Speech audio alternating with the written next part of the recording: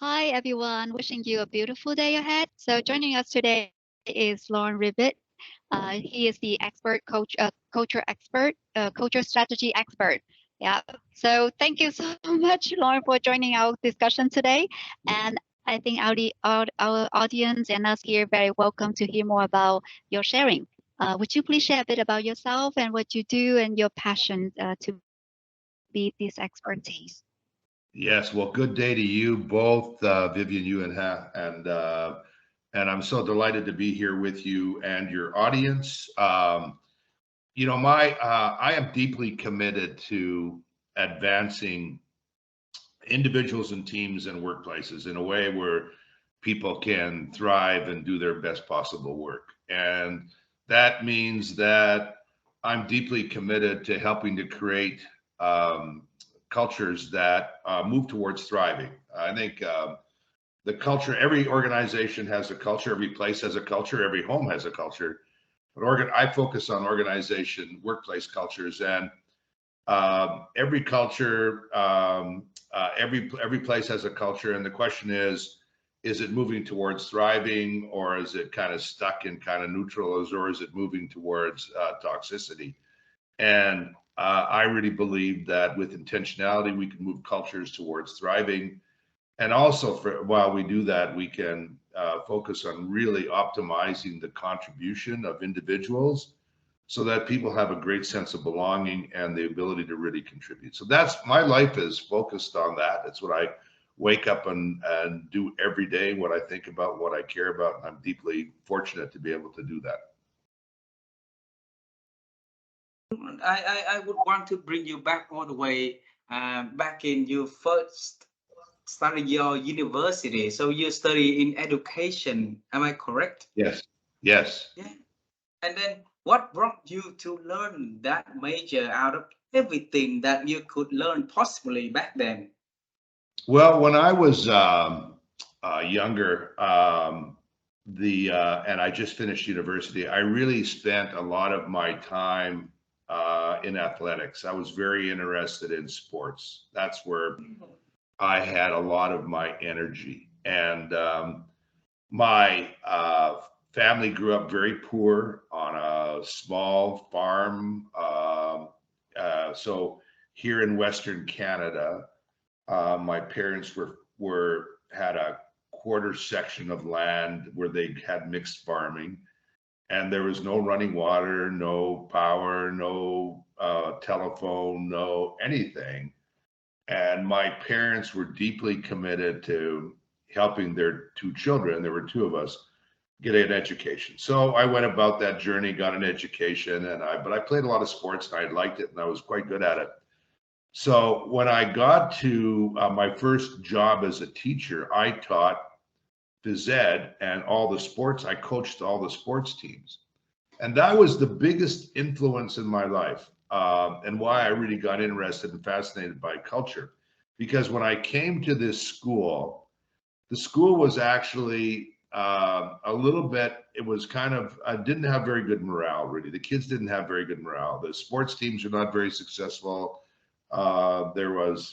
It was just not a really happy school, in my opinion. There was just very little energy, and there was the academic performance of the kids were kind of mixed.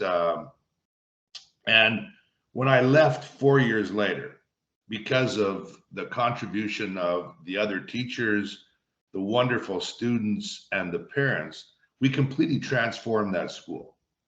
And the day I left, the very day I left, we had a ceremony in the gym like you often do here in Canada when the last day of the school, when kids are applauded and awards are handed out. And the principal invited me up, and so the school could say goodbye to me. And these wonderful children, and there were about, I don't know, maybe 200 people in the gymnasium, got up on their chairs and stood up and applauded for probably, I don't know, felt like eternity to me. And I realized that what we were doing was celebrating the advancement of that school. I mean, Mm. the applause was partly modestly for saying thank you to me, but really the most of the applause was that we were giving each other for what we had created. And that just inspired the heck out of me. And as I left to go to graduate school and then to get into the business world, that experience anchored me, inspired me, invigorated me around every place I went around. I began to think around how might I help contribute to take the place where it is now to some other place. And that's been my anchor, my root, and I'm forever grateful. And probably I'm forever a teacher, always and forever a teacher. So what happened after you left the university and the school and go back to go to the corporate world? You know, how you joined or after that? Yeah. Well, my wife and I had never really traveled very much, had never really left Alberta. We were very Canada, Western Canada. We were quite parochial, really. And if someone would have asked me where Vietnam was on the map at that time, I couldn't have found it, even if you would have. There's no way I would have somewhere out there. So we went to the US to graduate school. And when I left graduate school, I came out and started to get into the corporate world. And not too long after I did that, my boss and I left to start a small consulting company because we thought there was opportunity in the world of human resources and that world here in the part of the country that we lived in back in Western Canada. So I came back to Western Canada. And during that time, and I'll just cut to another inflection point, there was a quite famous business book that's quite old right now, historically, obviously, from the point of view of business. But Tom Peters and Bob Waterman wrote a book called In Search of Excellence. What? And that In Search of Excellence. Yeah. And I ended up getting an opportunity to teach. They built a program out with video. This is this would be in the late 1979. So 1980. And so when they wrote the book, I got access to videotapes and a workbook.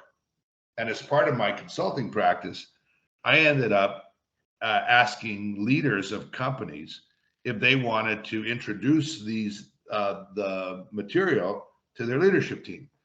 And it really caught fire. I ended up spending the next, 5-6 years of my life with top management teams around Canada, introducing the lessons from that book.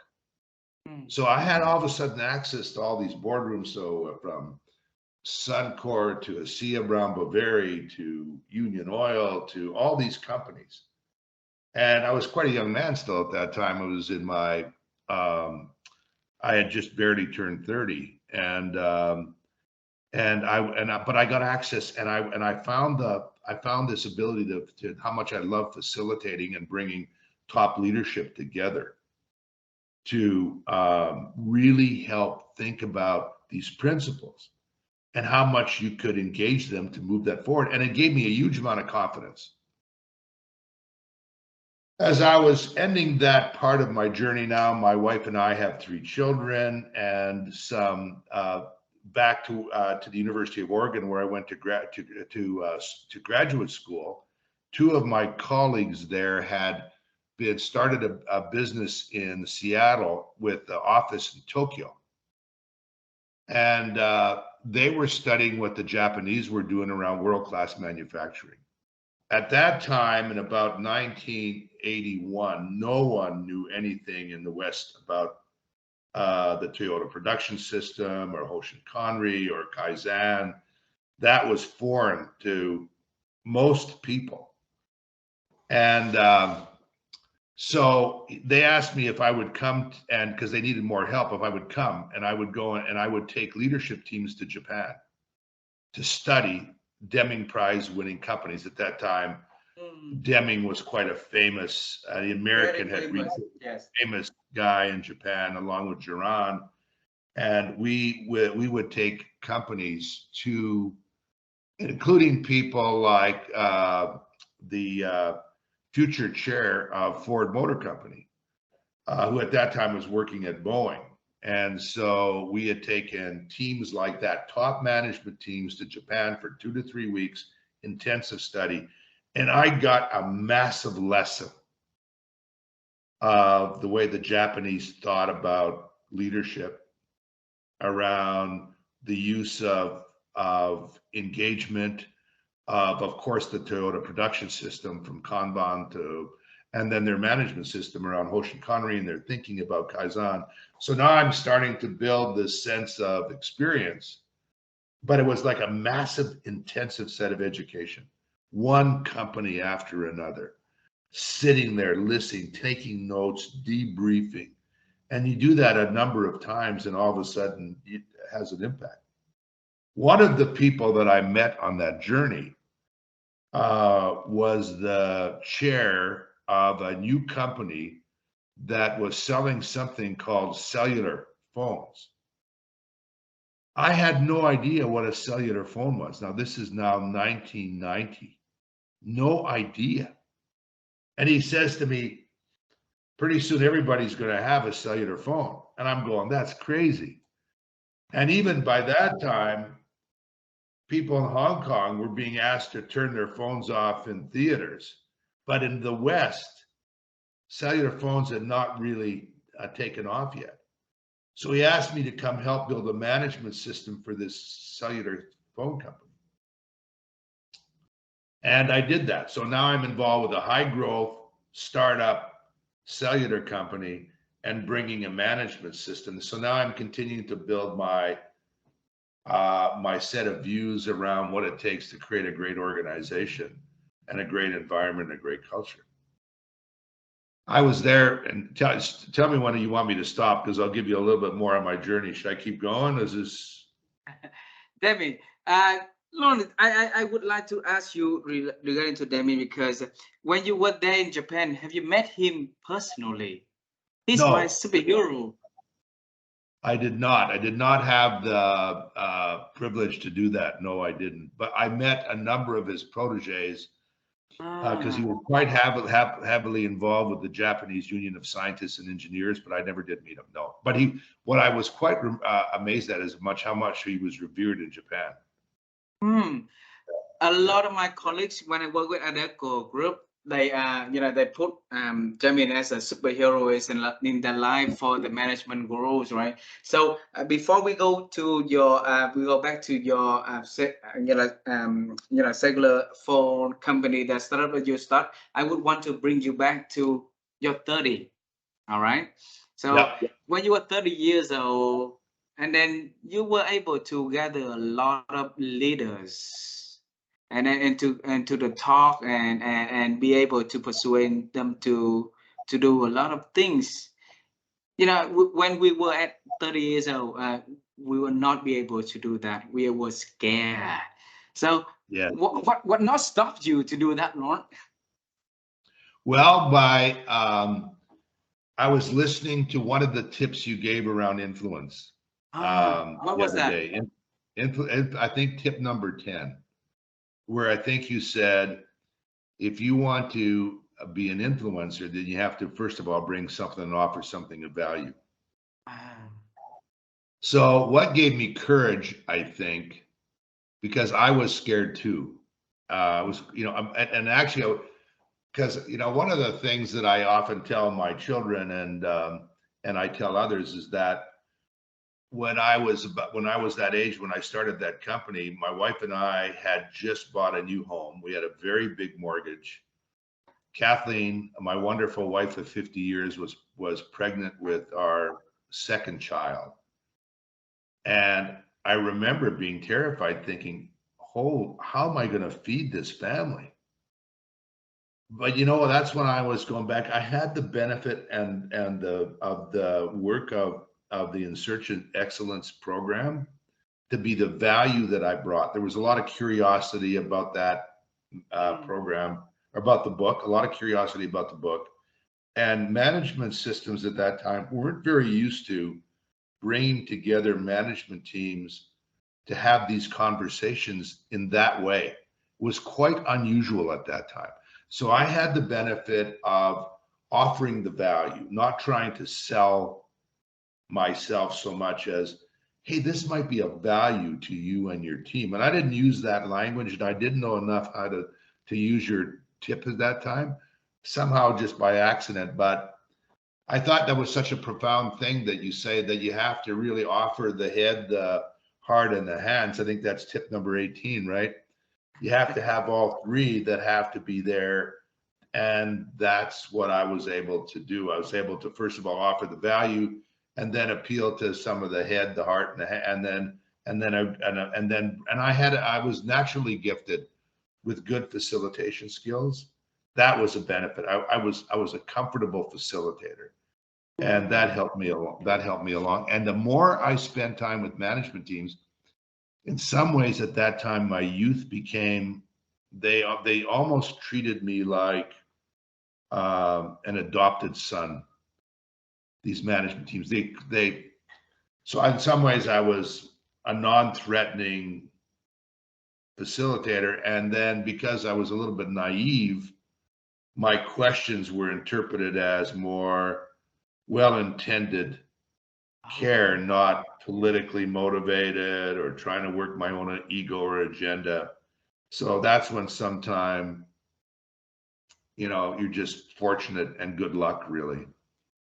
Lorne, I see it's very, even Lorne, I see it's very, very intrigued because back then, right, your background was in education, right? And then you go into like management, and then go into the cellular phone industry, where it's really the high tech industry, and it's a booming industry back in the 90s also. And then back then, it's new to the world also. So it's not in our comfort zone at all. And you go into new country, and you expand to the whole, something is out of your comfort zone. This is what I really wondering what Catherine is saying to you back then. Well, she was, so first of all, she came from a family with 7 brothers and sisters. So when we did leave the first time to go do our graduate work in the University of Oregon, and we came back home and we started our family, when I went back to Seattle and to that part of the world, we had to move our whole family there. We originally just intended to go for a 1-year sabbatical, and we stayed in the US for 30 years. So we're now both Canadian. We're Canadian citizens to begin with, but we became American citizens later on as well. So we have dual citizenship. But she was so supportive, and it took tremendous courage on her part too, because all of her comfort zone, we left a very close-knit parochial. She comes from a very close-knit Irish family, brothers and sisters and mom and dad and everything. And all of a sudden there was no one. And even though we could speak the language, but America is quite different than Canada. And where we were living in America in the West was quite different from where we were living in the prairies. But she had this courage to also put herself out there in a very uncomfortable situation, and very highly supportive, of course, because at the same time, not only is she out of her comfort zone, but I'm spending a lot of my time in Japan, and I'm traveling. And we've got 3 kids that are at that age now, 11, 9, and 2. And so, but she, our 50 years of marriage has been really kind of reinforced through this mutual support. And I've never fully appreciated how much she had to do on her own, I don't think, really. I think I've underappreciated and valued how much she had to give up, how much she had to do, how much she supported me, while she tried to carry on and make a contribution, not only to her, but she was a professional person in her own right. She had a graduate degree. She was a very smart woman, is a very smart woman. And there was just a lot of mutual reinforcement and support. Thanks for asking. We would want to use this opportunity to say thank you to Catherine for all the support that she be giving to you, so that make the journey that you guys been together for that 50 years so amazing. Lorne, so on behalf of Vivian and I and the audience from Vietnam, please tell her that we love her, okay? I will do that. She will be thrilled to hear that. I will, as soon as I'm done here, I'll have a cup of coffee with her and I'll share our So conversation. tell her that we thanks for her for taking another hour of you out of the time that you can spend time with her, but you, spend Tony. time with us, all right? So, all right. You bet I will. But Lauren, for that very long time that you do in the corporate world, and then you start to build your expertise onto the culture and culture Yes. strategy experts, and Yeah. there should be something inside of you that driving you to do it for a long time. What caused you to do that? So when I remember going back, so I want to tell, like, I'm going to come back to that question. I want to just, Please, yes. but I have, when I was at the school, back in the day that I left, many kids came up individually to say thank you. One little boy who was at that time 12 came up to me and said, "Mr. Rubis, I don't have anything to give you, but I have this St. Christopher medal that I have in my pocket that I carry. I would really like to give that to you. And I want to give that to you because of the influence and the impact that you've had on my life."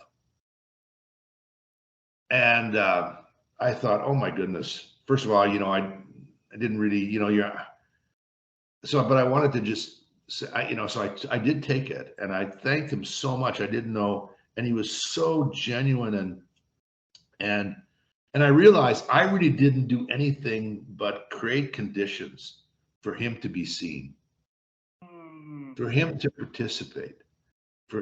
He wasn't a great athlete, he wasn't a great student, but he had this authenticity of this wonderfulness about him that he was able to be seen. And that has really stuck with me. So why I feel so strongly about belonging, because I think it's a human condition to want to belong, to be part of. And I think unless we are not well for whatever reason, I think it's our natural want to be seen, to show up, to be seen. The Zulu tribe of South Africa have this beautiful greeting called the Sawubona. I don't know if you've ever heard of it, but when the Zulu community meets, they say more than hi. They say, I'm Lorne and I'm here to be seen. And you would say, Lorne, I'm Ha and I'm here to see you. And then we do the same thing. We reverse it. And when they share that greeting, they talk about it not only to be seen physically, but to be seen internally, to be seen intrinsically, to value who we are. And I think as human beings, we want to be in conditions and places where we can bring our authentic self, show up, contribute, not perfectly. We're going to be imperfect human beings, and to move forward. I think we want to belong, contribute, move forward. And so I began to think about conditions. One other thing that really impacted me when I worked for the cellular company, it was owned by a large conglomerate out of a large telecommunications company. At that time, the 50th largest company in the U.S.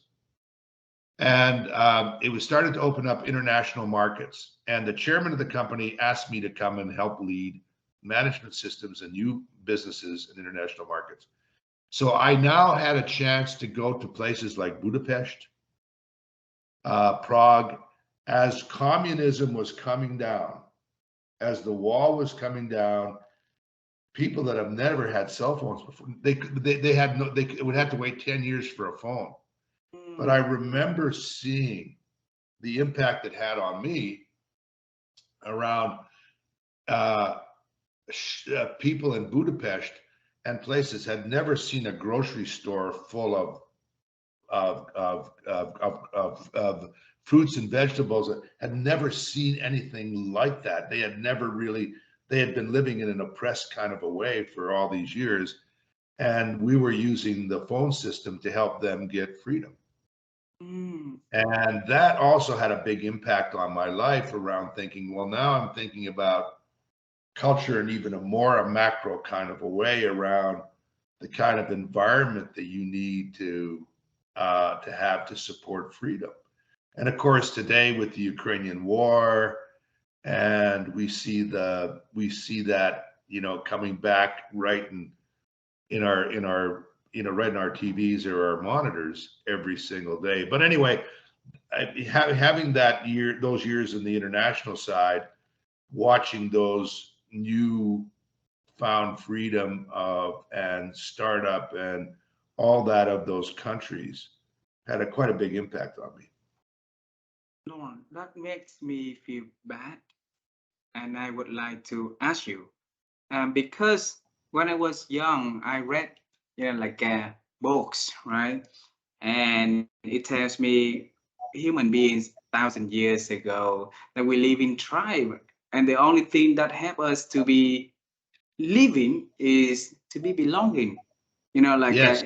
yeah. So I watch your back, and you watch my back. Vivian watch my back, and I watch her back, so that we are safe. But then for a very long time, up into 2022, the terms belonging start to coin in corporate world. Like 2 years ago, it's starting to coin the terms of diversity and inclusion, and inclusion. Yes. Before that, but then term belonging. But if it's not belonging, how can we make a beautiful culture? And that let me really intrigued to understand what is that you are doing, Lorne. Can you tell us what makes us not, being connected for that long? So after a period of time, I became the CEO of a couple of companies, and then ultimately I became the chief people officer of a bank, and became the #1 place to work in Canada. It had about 5,000 people, 80 years. When I retired from there, I had a chance to sit back and think about my 40 years in leadership. And then I was, like you both, reading all the time. What was the research saying? I noticed that Amy Edmondson's a real influencer of yours, right? And Amy Edmondson and her work on psychological safety, or the tremendous body of work that was out there. And I began to ask myself the questions around, if I had a chance to be the chief executive officer again, what would I do? First at a strategic level and at the team level. And I began to, and like Steve Jobs said just before he passed away, that it's very hard to connect the dots looking forward. You need some sense of history to connect the dots. It's easier to understand and learn to some extent by being able to connect by looking backwards, preparing yourself to look forward, preparing yourself to go forward. And anyway, with that, I began to think the #1 thing that people really needed to do to belong is to have a sense of connection. And I got to learn this phrase that is core of my work now, and that's connect before content. And connect before content means that essentially, before we can talk about what we want to accomplish or what we want to achieve or what problem we want to solve, we have to know each other's stories. We need to know each other's stories. And then, part of me is as we were to advance our relationship, I'd want to know more about your stories, and as you are finding out about mine, what's important to you, what inspired you. I know a little bit about what I read on LinkedIn and your profile, and I'll learn a little bit more about, Vivian, how do you think about things? What really matters to you? What do you read? Where do you go? What are your best times when you see the most joy? What's important to you? All those things then give us bridges to walk across. And so connect before content. And then I began to think, well, we need to have those connections. But we also, and we learned this from A.B. Edmondson's work and Google's work on a project called Project Aristotle, if you're not in a psychological safe environment, it's very hard to belong. Mm.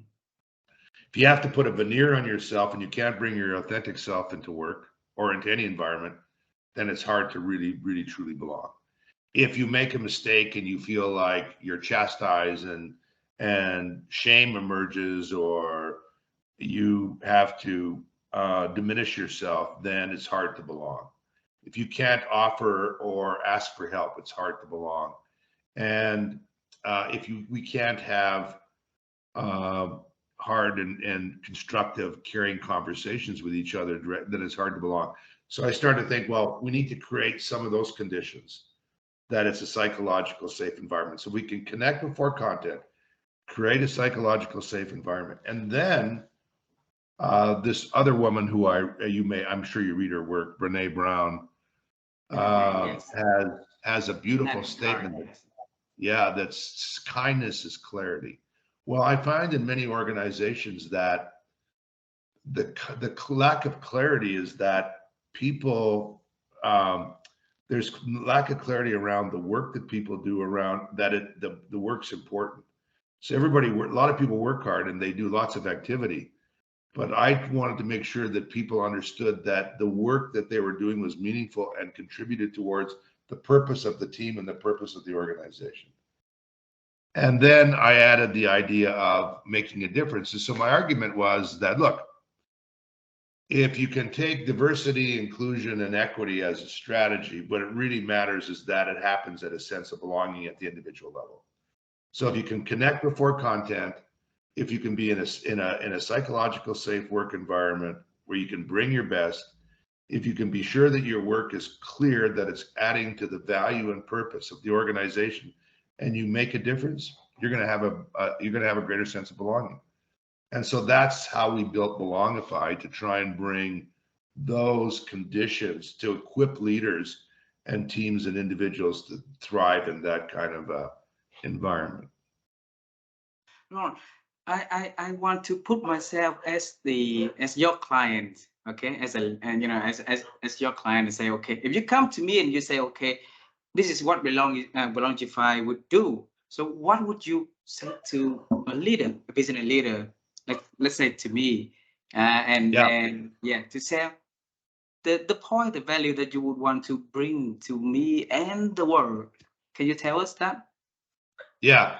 So if you were my client and I would ask you, and I want to ask you, of course, what you were trying to accomplish, what was important to you. And I want to understand why belonging and why, why this was important, why you'd want to create these conditions. And then to make sure that we saw the world and we understood it and we shared a sense of common values and thinking about it. And then the way we do it is that, on a very practical basis, is that we go through 5 1-hour micro experiences, and we introduce the content, and then have the team have a conversation about the content. So the first session is Belongify Connect. Then there's Belongify Contribute session 2, Belongify Clarity session 3, Belongify Difference Making session 4, and then we do a 5th session around sustainment. And we have a bot that does nudges to individuals that comes on a Slack channel, or it can be by text, that tries to nudge behavioral change between each of the sessions. And we measure pre and post experience, and by and large, people start here with a feeling of belonging and contribution and value, and end up at a better spot.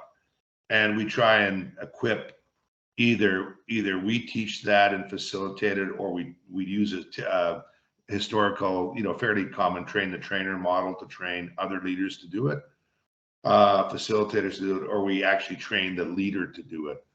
And we're early days in doing it, and it's having a difference. It makes a difference. I have a course that I teach at Harvard called Building Extraordinary Cultures. that's a strategic approach to culture. And ideally, so belonging starts at the individual and team level. My strategic work and culture works at the higher level, strategic level, to create a framework to drive and build extraordinary cultures. I have 10 ingredients that I put together as a system to drive that. And so far, I've had, of the 8 Harvard classes I've had, I also teach at the MBA program, and I have a number of clients that use that framework. It's a very powerful framework at the strategic level. So in a perfect world, that framework would drive the culture at the strategic level, and then belonging would be coming bottom up from the belongify from the individual team level. And I think it's a powerful combination. Wow. Lorne, is that okay with you if I can play the role of devil advocate? Oh, I'd be delighted. I'd be thrilled to Let me any support or anything. Then thank you. That's a kind offer. Thank you. Thank you. I read an article from Michael Bungay. He's our friend, and he joined to the program already a few weeks back. And he said that he shared a video today regarding to play ignorant, like play dumb. So we would want to play dumb today, because a lot of my friends, they are human resource professionals in Vietnam and in the regions also. And they said the way to build the belonging culture, the way to build the corporate culture that you want to build, like you say, look at the past, adopt it, and then, use it as an evidence to build the future you wanted to. And then hiring fit, hire somebody that have that chemistry, that have that caliber, that can fit with the culture. But I look at the history, the data that we have in the region here, it didn't work. The hiring itself, the practice and everything, it didn't work at all, because the people comes with the right caliber, but go into the cultures and not contributing to the belonging that we would want to build. What happened to it? Yeah, I have in my Harvard classes, I have typically from people from around the world, right? So I often have 10 countries in one class that are represented, and then, for example, I just led a cultural kind of initiative with a company that was now private equity owned, but it was started by a Chinese company, and so the executives were from China, Singapore, Sweden, North America, of course, and India. And I began to, as I've experienced it, is that that the 10 ingredients that I talk about and this notion of belonging is cross-cultural. There are nuances that are different, of course, in India and Vietnam or China or anywhere, nuances that are cultural nuances that you have to obviously be thoughtful and aware of. But generally, at the end of, I think belonging is a human condition.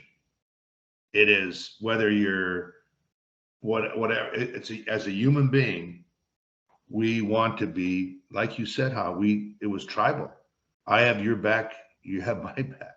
We want to be part of it. It is a sense of, for one time, it was a sense of survival, and now it's more a sense of thriving. But so I think that we've lost our way a little bit. If we genuinely believe, and I'm going to go up a notch a little bit strategically, leaders have got to believe that it's people first. That the order of the flow is people, customers, and then the shareholder. And we often try to not declare that, or people will say they're all important. And of course, they're all important. But I was struck when I read, have you read the book by Hubert Joly that turned Best Buy around, the company Best Buy? In North America, Best Buy is the computer reseller. And it's a big retail firm, and it was near bankruptcy.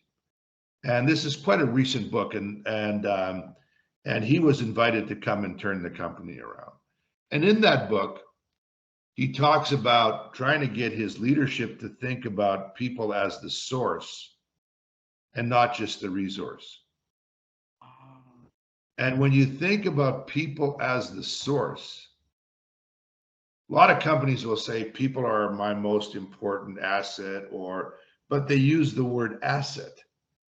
They think about people as a transactional, part of the balance sheet. And of course, a headcount and all that, but every organization, whether you're based on intellectual property of technology or you're whatever, it's people first. It's people that make the business. People.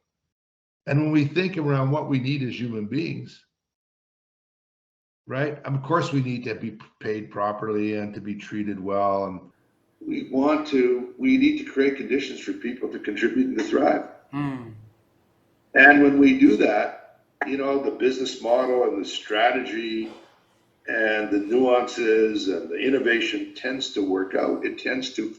We tend to find a way. And this famous Stoic says, Marcus Aurelius, way back centuries ago said, what's in the way is the way. What's in the way is the way. And people are the way. And if you've got a lousy culture and people are stumbling and leaving and they're treated transactionally, then you might be successful but you won't be sustainably successful. So if a leader wakes up in the morning and thinks about margins and EBITDA and net income and what's my stock going to be at, if that is the first thing they think up in the morning, unfortunately, I worry about them because I don't think they will have sustainably a gratifying experience. But Lorne, we have a lot of amazing. Vivian, please go first. Yes, sorry. Yeah. Hi, Lorne. I just have a question related to culture. It seems like in Japan, the employment is guaranteed. Like, you join the company, you're gonna spend your time or the rest of your life working for that specific company. So the sense of feeling belonging, like a family. But in the Western cultures or some of the developing countries, where it's be like restructuring all the time. So even though I want to feel belong, but things change. Leadership can be changed from one person to the other. So how would it be effective to motivate leader looking after their people, not the EBITDA number? Yeah, I'm so glad you asked me that. That's such an important question. So one of the there's two bookends to belonging. So I've talked about the middle, that flow, but the two bookends that I haven't talked about. The first bookend is the welcome. So if I know that you're coming, whether you're a new team member from somewhere else or you're an internal team member coming in, and I welcome you, Vivian, because I know you, and I reach out to you and I welcome you, and you feel like I am so welcomed, then that's an important part. Just as important, but underwhelmed almost in every part of the world is the leaving. So for some reason, we have made leaving in many cases, an undignified, horrible experience. So what I encourage organizations to do is to invite every newcomer to think about their last day, their first day. And then to be really explicit to say, so if I said to you, Vivian, we don't even know if there's going to be a job for you a couple of years from now because the world is changing so much. And we don't know if there's going to even be a place for you in this organization a couple of years. We just don't know because it's just changing so dramatically. But we want you. We need you right now, and for as long as we can, we'd love to have your contribution. However, we may say to you one day that there's no place for you anymore. So we want you to come in and feel a sense of belonging and contribution for as long as you can. But here's our promise and commitment to you, that you will grow and become a richer human being because of here. You will leave with a more complete body of work and a practice. You will have a last day, like I will. And I also promise you and leave, unless you do something foolish like steal something or something egregious, I promise you to leave here with dignity in every way. We will give you the right kind of severance package. We will say goodbye in an honorable way. We'll help you find your next assignment. We'll keep you, we'll provide all the contacts that you've had and developed here. We want to honor the contribution. So whether you're here for 1 month or 20 years, you will have a last day. Mm. And we may, unfortunately, even have to leave. Now, if you leave us, we want us also to be an honorable, dignified way, because we may not be able to offer you everything you have. So when you are ready to leave, we'll work with you to leave in a wonderful way. Mm. And I think it's very difficult if people don't trust what's going to happen, like to really feel all in, to really bring yourself. If just a month ago, the leader brought everybody together in a video conference and laid everybody, 800 people off on a Zoom call. All the stupidity that we do in the West, and I'm sure you've got examples of it other places, it's horrible. The way we invite people to leave, the idea of turning their systems off, walking them out the door, those are historical constructs built by legal people and HR people to protect the organization. Mm. And sometimes, and in fairness, sometimes to protect the individual as well. It's just out of step with the world that we live in. Mm. And even in Japan, I think, and I haven't been there for years, but I think the historical company man concept is changing there too. And the Japanese didn't do it very well either, because when someone had got the window seat in Japan, it was often that they were pushed off to the side and ignored, which was a horrible way. Essentially, they left by still being there. And that's a horrible experience as well. You know, you're given the seat by the window and told to come to work every day, but not do anything. I mean, so we don't deal with leaving very well. And that's a long-winded answer to your question, Vivian, but I hope it gives a bit of a perspective. Yep.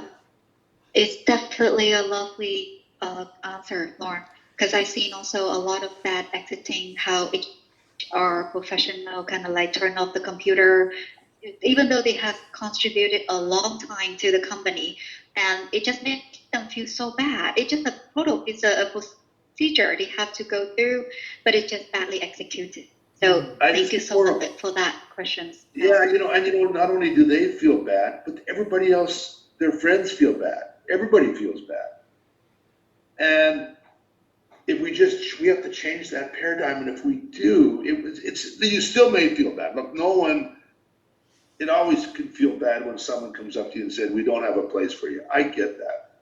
But if back to bridges, but if we say, and we're going to help you with that bridge to where you might want to go next, and look how much you've grown and how your body of work has, then I think it's never going to be perfect, but we can do it so much better, so much better.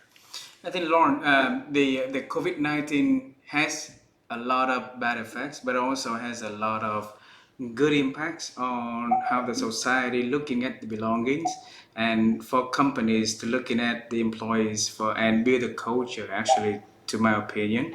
And with the great resignations, I think there's a lot of things for leaders to rethink about the three things that you say earlier: the people, the customers, then the shareholders, right? And in the past, it looks to me that we go into the reverse direction where we look at then the stakeholder, the shareholder first, then go to the customer, then go to the people. And the people are not dumb. They look at the company, they look at the leaders to see what is that you look, what you say and what you do. Is that correlated? Is that really and showing? Exactly. Yeah.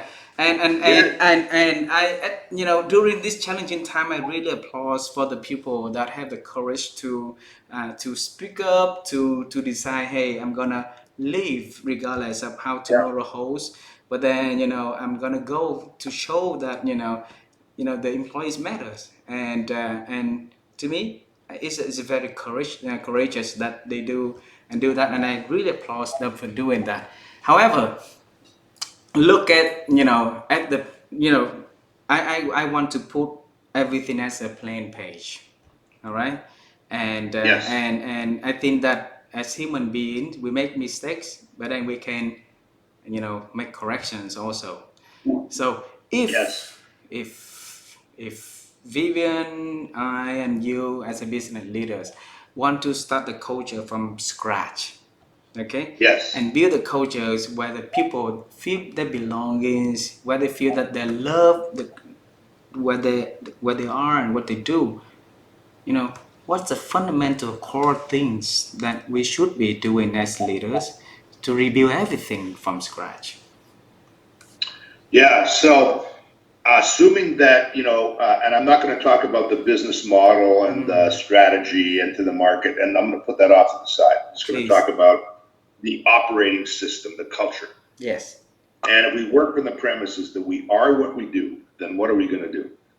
And so let's frame it up first. So I have 10 ingredients, and I'm going to zip through them very quickly. The very Please. first one is that the three of us have to declare that we are going to do everything we can to be people first, and that's the way we're going to focus on this business. Okay. We're going to look at it as people are our source. Okay. Every hire, so right from the very first moment, who we recruit, how we select them, how we welcome them, how we create conditions for them to thrive, and how they leave. We're gonna write that whole people journey.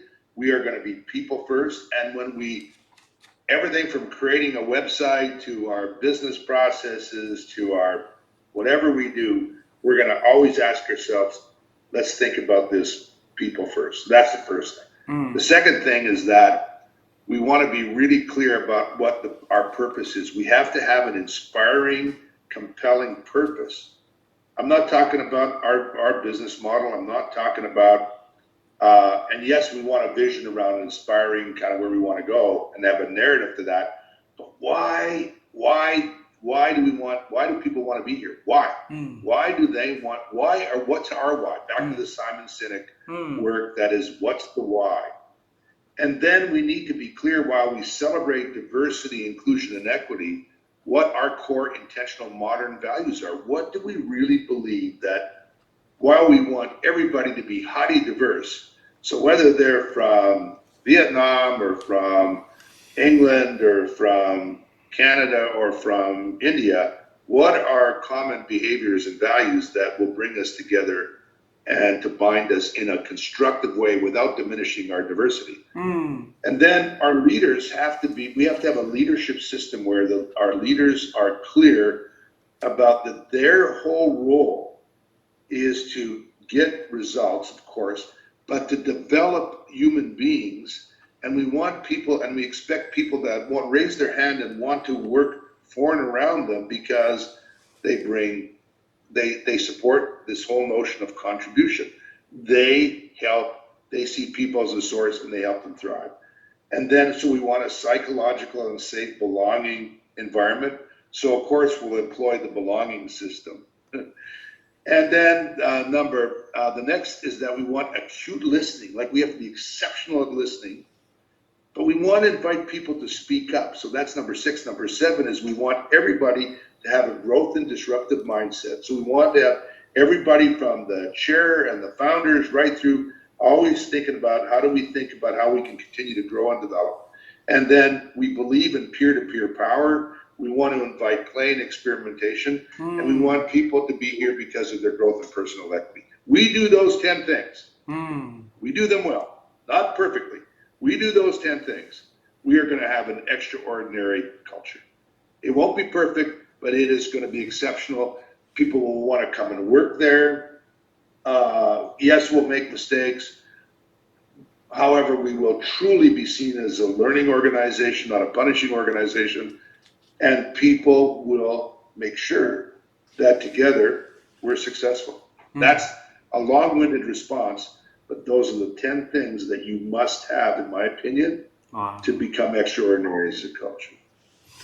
That leads me to one of the very important question also, Lorne. So a dear friend of mine, Masako Smith, who wrote the book What Got You Here, What Got You There, right?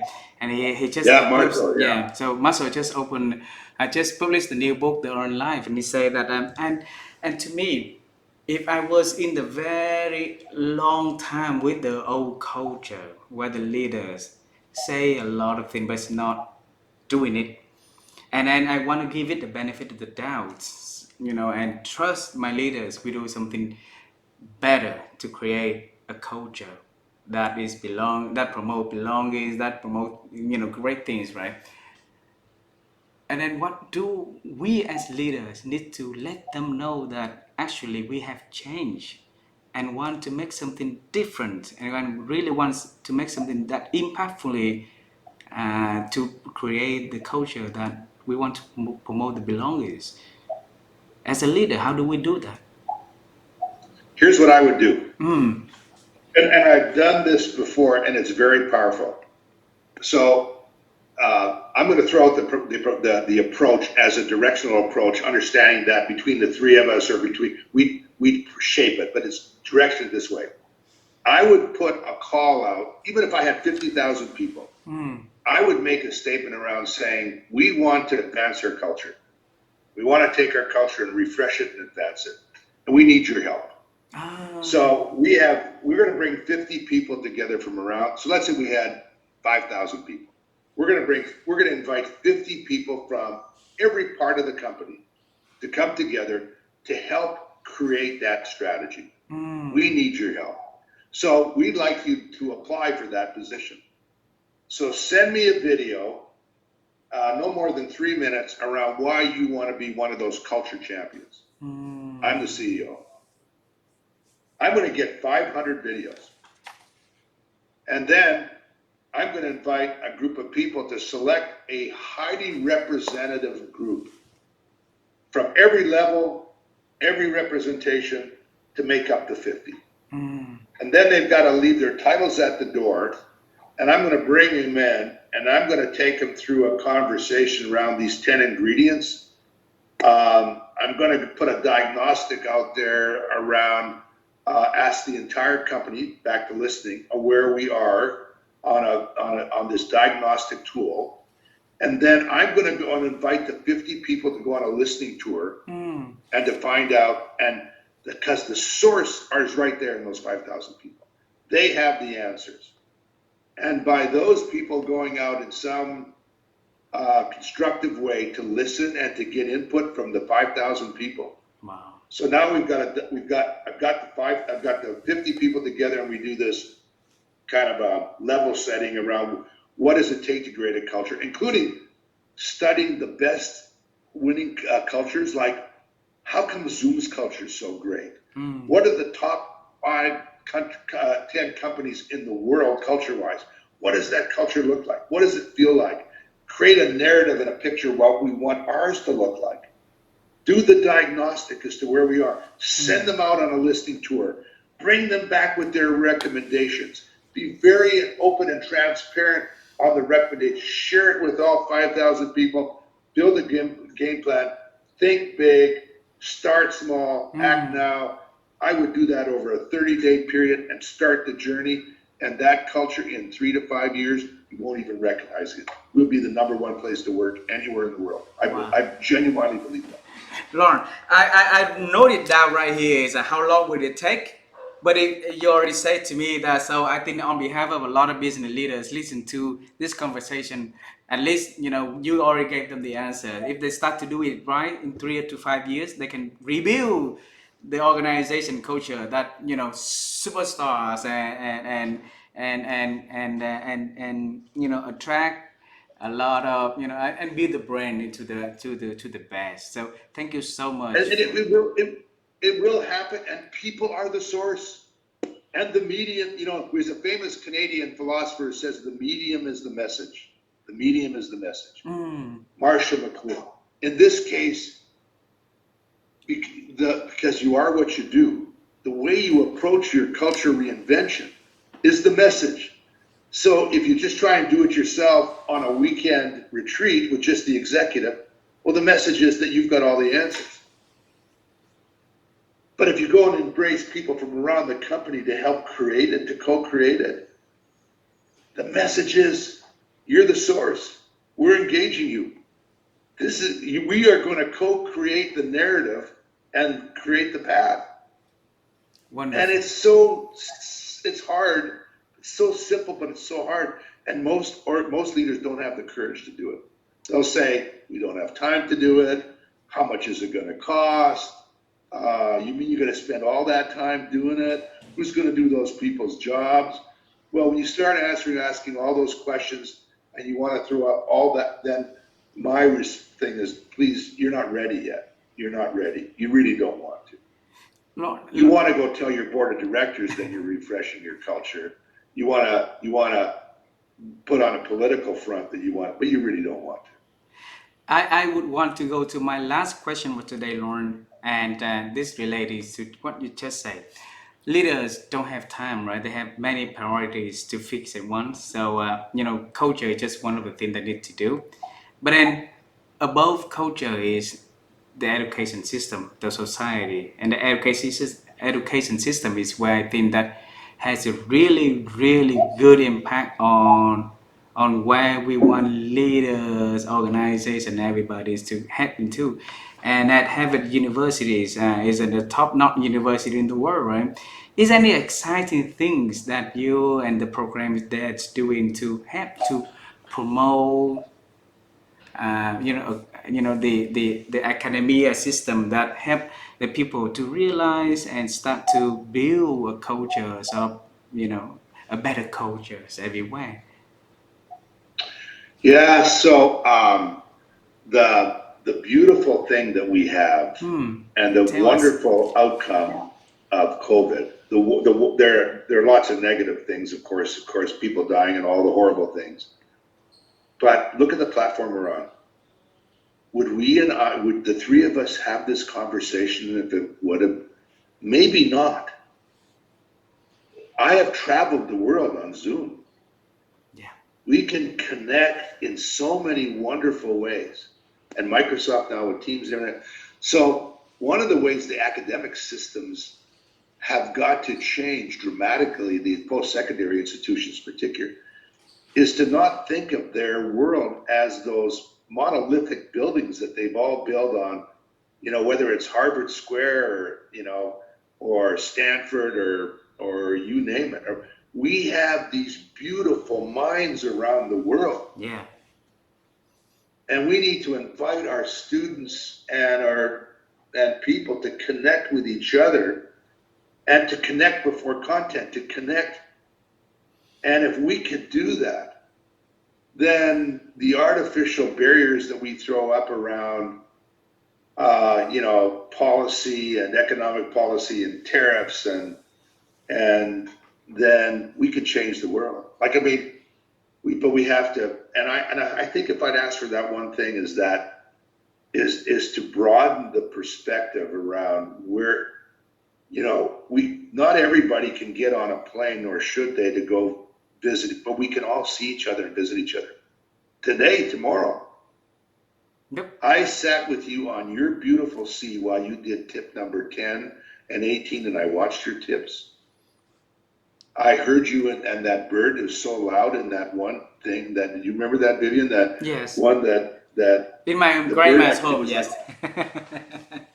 So I guess I don't want to oversimplify it, and I'm hoping that I'm answering the question directly or meaningfully.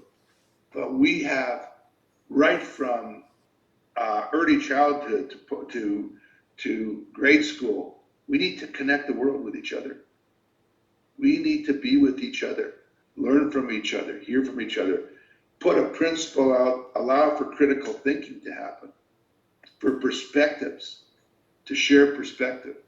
A change in perspective increases your RIQ. No one would know what it's like to go and, be in a village of Vietnam or on a farm of British Columbia until we have it, but we have a chance to visit there right now, to be with each other, to see each other. So anyway, I'm getting on my soapbox, but connect before content. Connect before content. Keep critical thinking on a principle of care and love, not to overdo it, but genuinely, we not only want to belong, we want to love and be loved, all of us. So let's just admit it and get on and make the world better. Not perfect, but better. Ron, I thank you so much for the conversation that we are having tonight, and it makes me feel that I really enjoy the conversations today in the sense that I feel the world is so connected in a bigger sense, in a bigger meanings for the connectedness that we are having, and I really appreciate that your time that you spend with us, and so can tell your wife that we really appreciate that she released you for that 1 hour and 15 minutes with us. First of all, thank you, Connie, for being such great listeners, for reaching out, for your courage to make the world. You are connecting the world. You are. It was you that reached out, and your courage and your commitment. And I'm humbled by it, and just honored to be part of a conversation. And hope we have a chance to talk again. And thank you. Thank you very much. Have a wonderful evening. Have a wonderful day there. We wish Thank you so you and your family all the best, and we really appreciate for all the sharing that you have today with us. And we wish you that have all the health and the strength that you continue to do your path to change the world. One company at a time, one little small step at a time, to make everything that you touch will be more, create something, a sense of belonging. And I believe that baby step will lead into great results. So thank you, Lorne, for everything that you are doing. If anything that we could be doing to support you, let me and Vivian know, and we will be so grateful to be taking part of it. Okay. I'm looking forward to reading the recent book and good luck in getting your book published at the It's end of in the year. Vietnamese. Yes, but Bye. thank you so Bye. much. You have a wonderful day there. Bye bye.